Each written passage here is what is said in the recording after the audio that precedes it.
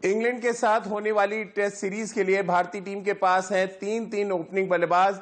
फिर भी team management को चाहिए एक और बल्लेबाज। नमस्कार, आप देख रहे हैं हमारी ये खास पेशकश और मैं हूं राजीव मिश्रा। शुभमन गिल की इंजरी के बाद टीम मैनेजमेंट लगातार भारतीय सेलेक्टर्स पर दबाव बना रही है कि वो या तो पृथ्वी शॉ या देवेंद्र पड्डीकल में से किसी एक को इंग्लैंड दौरे पर भेजें। लेकिन सवाल बड़ा यह है कि आखिर इन बल्लेबाजों ने रेड बॉल क्रिकेट में ऐसा क्या किया है जिसकी वजह से उनको वहां पर भेजा जाए। और उससे भी बड़ा सवाल यह है कि जब भारतीय टीम के पास ऑलरेडी 4 ओपनर्स हैं टेस्ट सीरीज के लिए, रोहित शर्मा, इसके अलावा मयंक अग्रवाल, के राहुल और स्टैंड बाय में अभिमन्यु ईश्वरन, तो फिर हमें एक और ओपनिंग बल्लेबाज की जरूरत क्या है?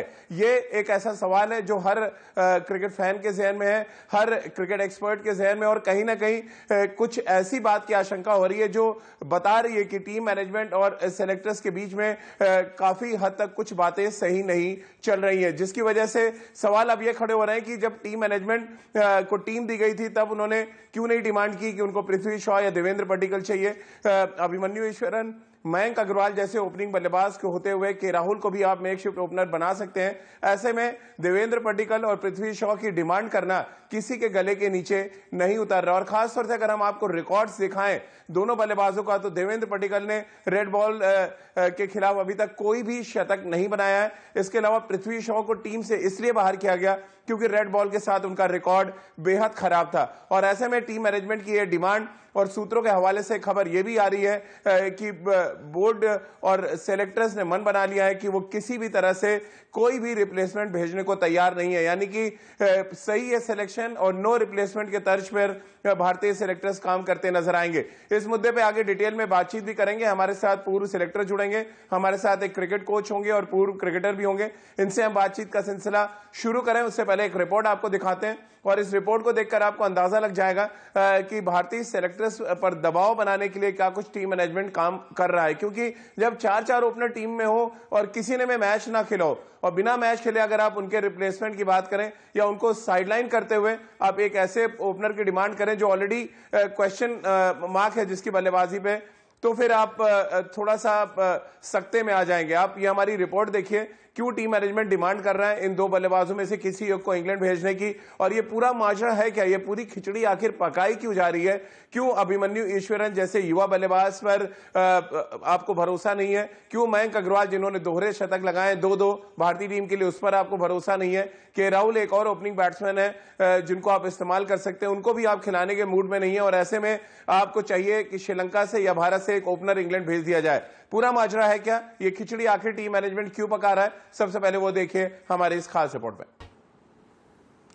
सिलेक्शन कमेटी हमेशा इस बात को लेकर बहुत दबाव में रहती है कि घरेलू क्रिकेट पर बहुत ज्यादा ध्यान नहीं दिया जाता। अब इस सिलेक्शन कमेटी में जिसकी अगुवाई चेतन शर्मा कर रहे हैं, अगर उन्होंने डोमेस्टिक क्रिकेट में सबसे ज्यादा रन बनाने वाले बल्लेबाज को टीम में जगह दी, इंग्लैंड के खिलाफ उनको स्टैंड बाई रखा था और उसके बाद अब उसको कंटिन्यू किया गया जब आप टेस्ट चैंपियनशिप और उसके बाद इंग्लैंड सीरीज के साथ ये मुकाबला खेला जाना है, जहां पे अभिमन्यु ईश्वरन को स्टैंड बाई ओपनर के तौर पर भेजा गया। और ये एक तरह से मास्टर स्ट्रोक था, लेकिन यहां पर उल्टा हो रहा है। उनके सेलेक्टर्स के इस दांव को सही न ठहराते हुए बल्कि एक अलग तरीके की डिमांड की जा रही है। और इसी डिमांड पे बातचीत कर लेते हैं। सबा करीम हमारे साथ हैं, हमारे साथ राजकुमार शर्मा जी हैं। सबा भाई, आप भी सिलेक्टर रहे हैं और ये तो सीधा सीधा एक तरह से कहा जाए सेलेक्टर्स के काम में दखल देने की बात मुझे तो लगती है, क्योंकि अगर आपको 4 ओपनर दे दिए गए हैं और वो चारों ओपनर अभी कोई मैच नहीं खेले इंग्लैंड में और आप 5वें और 6वें ओपनर की डिमांड करने लगे। आप चेतन के साथ अंडर 15 के टाइम से क्रिकेट खेल रहे हैं और चेतन शर्मा को बहुत अच्छी तरह से समझते हैं। क्या कुछ चल रहा होगा उनके जहन में जब ये सब बातें निकल के आती हैं कि मुझे आप ये प्लेयर दे दें, ये प्लेयर दे दें? क्रिकेट तो वो भी खेले हैं चेतन शर्मा भी, और वो भी अच्छी तरह से समझते हैं कि इस समय भारतीय क्रिकेट की डिमांड्स क्या है और उसकी सप्लाई कैसे करनी है। राजीव, सबसे पहले अगर टीम को रिप्लेसमेंट की ज़रूरत होती है तो एक प्रकार का डिस्कशन होता है सिलेक्टर्स के साथ, विशेष करके चेयरपर्सन के साथ, कि टीम को एक रिप्लेसमेंट की ज़रूरत है और कौन खिलाड़ी जाएगा वो सिलेक्शन कमेटी डिसाइड करती है। टीम मैनेजमेंट के साथ उनकी फिर से डिस्कशन होती है और फिर वो जो सिलेक्शन कमेटी जो है वो डिसाइड करती है कि एक रिप्लेसमेंट के तौर पर कौन खिलाड़ी जाएगा। पर यहाँ पर सवाल ये नहीं है, सवाल तो ये है कि रिप्लेसमेंट की आवश्यकता क्यों पड़ गई है। जब आपके पास रिजर्व में इतने सारे ओपनर्स हैं तो जी। किस कारण से टीम मैनेजमेंट रिप्लेसमेंट चाह रही है, ये कहना यहाँ से मुश्किल हो सकता है। उनको ये लगता है कि जिस प्रकार से ऑस्ट्रेलिया में जो हालत हुई थी यहाँ पर भी हो सकता है हो जाए, तो वो चाहते हैं कि एक ओपनर उनके टीम में रहे। क्योंकि शुभमन गिल वापस आ गए हैं तो एक और एक्स्ट्रा ओपनर को उनकी जरूरत पड़ सकती है आने वाले समय में, क्योंकि एक लंबी लंबी श्रृंखला है, ये 5 टेस्ट मैचेस होने वाले हैं। और अगर आपको बीच में अगर जरूरत पड़ी तो फिर क्वारंटीन की वजह से वो खिलाड़ी कभी भी खेल नहीं पाएगा।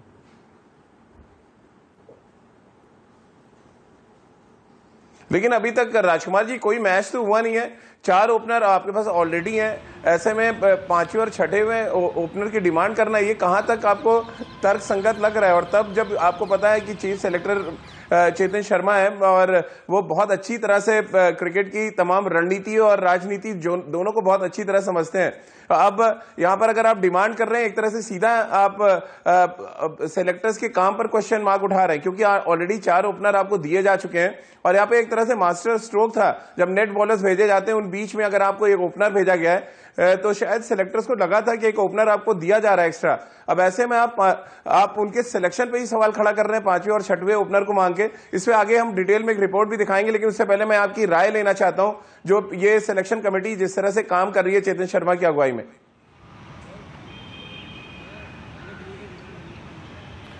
नहीं, बिल्कुल ठीक है। ऑलरेडी 20 की टीम है, अगर एक प्लेयर वापस भी आ गया और वहाँ पर अगर रिप्लेसमेंट है मौजूद है, मयंक अग्रवाल हैं वहाँ पर, अभिमन्यु ईश्वरन हैं और केएल राहुल भी मेकशिफ्ट ओपनर बनकर खेल सकते हैं, तो फिर ज़रूरत मुझे नहीं लगता कि वहाँ पर है रिप्लेसमेंट की, क्योंकि ये तीनों स्पेशलाइज्ड ओपनर्स हैं और रिप्लेसमेंट भी ऐसा कुछ नहीं है कि आपके पास कोई ऐसा प्लेयर है जिसने बहुत ज़्यादा रन बनाए हुए हों डोमेस्टिक में या इंटरनेशनल क्रिकेट में, टेस्ट क्रिकेट में।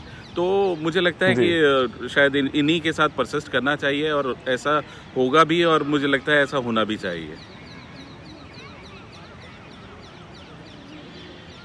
चलिए, ये तो राय आपने सुन ली सबा करीम की, जो पूर्व सेलेक्टर थे क्रिकेट कोच राजकुमार शर्मा जी की। अब एक क्रिकेटर के पास भी चलते हैं। रितेंद्र, क्या कुछ जहन में बीतता है जब आप स्क्वाड में हैं ऑलरेडी और अचानक बात की जाने लगे कि हमको एक प्लेयर एक्सपोर्ट करना है, क्योंकि हमारे पास जो 20 खिलाड़ी हैं उसमें भरोसा नहीं है आपका?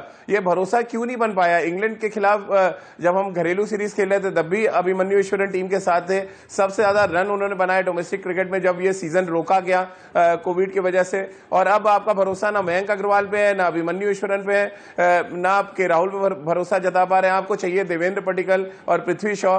क्या है ये पूरा माजरा? क्या समझ आ रहा है यहाँ पर? रोल किसका ज्यादा बड़ा लग रहा है? रवि शास्त्री की ये डिमांड हो सकती है या कप्तान की डिमांड लग रही है आपको? राजीव, यहाँ पे सबसे पहले मैं कहना चाहूंगा चेतन शर्मा, हरविंदर सिंह और इनकी टीम जो सीनियर सिलेक्शन कमेटी है, उन्होंने बहुत अच्छे लड़के यहाँ पे सिलेक्ट करके भेजे हैं। 20 लड़के भेजे गए हैं, तो 20 लड़के बहुत होते हैं। और 20 लड़के इसलिए होते हैं, कुछ तो आपके पास नेट बॉलर्स हैं और कुछ ऐसी रिप्लेसमेंट साबित हो सकते हैं अगर अनफॉर्चुनेटली कोई सडनली इंजर्ड हो जाता है। अब शुभमन गिल इंजर्ड है, आपके पास ओपनर्स रिप्लेसमेंट मयंक अग्रवाल है, केएल राहुल है और अभिमन्यु ईश्वरन एक ऐसे प्लेयर हैं जो अपने मौके का इंतजार कर रहे थे बहुत सालों से।